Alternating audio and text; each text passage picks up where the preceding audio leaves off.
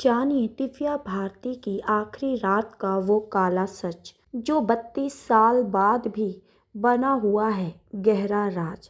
जी हाँ दोस्तों, बॉलीवुड की सबसे कम उम्र की सुपरस्टार दिव्या भारती की मौत 32 साल बाद आज भी भारतीय सिनेमा का सबसे बड़ा राज बना हुआ है। महज 19 साल की उम्र में 5वीं मंजिल से गिरकर हुई उनकी मौत ने पूरे देश को हिलाकर रख दिया था। क्या वह महज एक दुर्घटना थी या इसके पीछे थी कोई गहरी साजिश? जी हाँ, पति साजिद नाडियाडवाला के साथ उस रात हुआ था विवाद। जी हाँ, शराब का सेवन और बिना ग्रिल वाली खिड़की का क्या है राज? आखिर उस रात मुंबई के तुलसी अपार्टमेंट के कमरा नंबर 503 में ऐसा क्या हुआ था जो दिव्या भारती हुई मौत की शिकार? जी हाँ, आइए जानते हैं इस वीडियो में दिव्या भारती की मौत से जुड़े अनसुने पहलू, जिन पर 32 साल से लगभग पर्दा ही पड़ा हुआ है।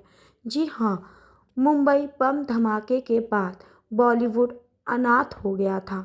दिव्या भारती ने 1992 में फिल्म विश्वात्मा से बॉलीवुड में कदम भी रखा और उनका गाना सात समुंदर पार आज भी हर पार्टी की जान है।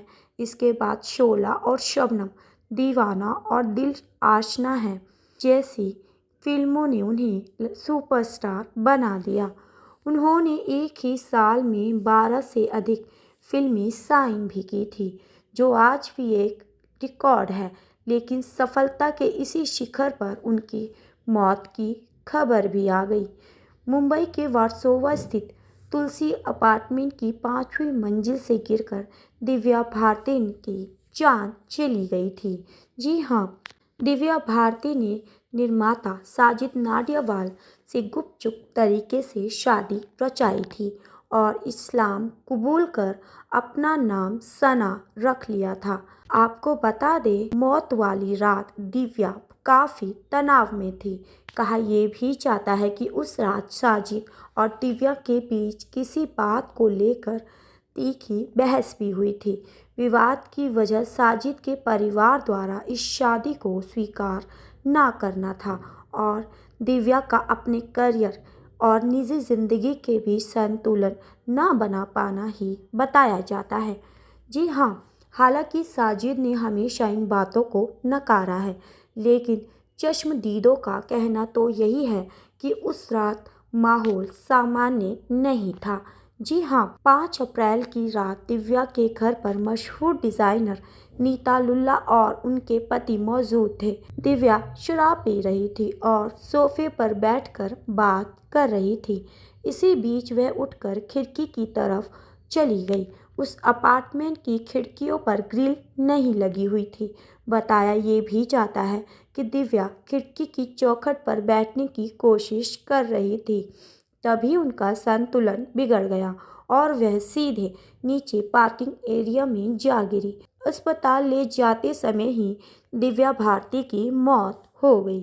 जी हाँ, दिव्या की मौत के बाद कई थ्योरीज भी सामने आई है। कुछ लोगों ने इसे अंडरवर्ल्ड से जोड़ कर देखा तो कुछ ने इसे हत्या करार दिया।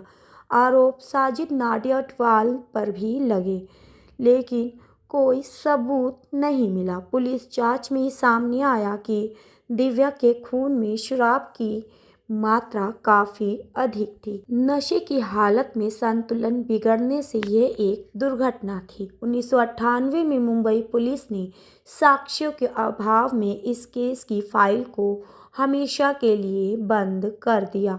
दिव्या भारती की मौत से पर्दा इसलिए नहीं उठा क्योंकि उस रात कमरे में मौजूद नीता लुल्ला और उनकी नौकरानी अमृता के बयानों में कई झोल थे। अमृता, जो दिव्या के बेहद करीब थी, उसकी भी कुछ समय बाद संदिग्ध परिस्थितियों में मौत हो गई। दिव्या की मौत के बाद उनकी कई अधूरी फिल्मों को दूसरी अभिनेत्रियों जैसे लाडला में श्रीदेवी के साथ पूरा किया गया। आज भी दिव्या भारती का जिक्र होता है तो उनकी मासूमियत के साथ साथ उस रात की खौफनाक दास्तान लोगों के जहन में फिर से ताज़ा हो जाती है। मैं अर्चना सिंघल, हमारे साथ तमाम खबरों के लिए बने रहें। धन्यवाद।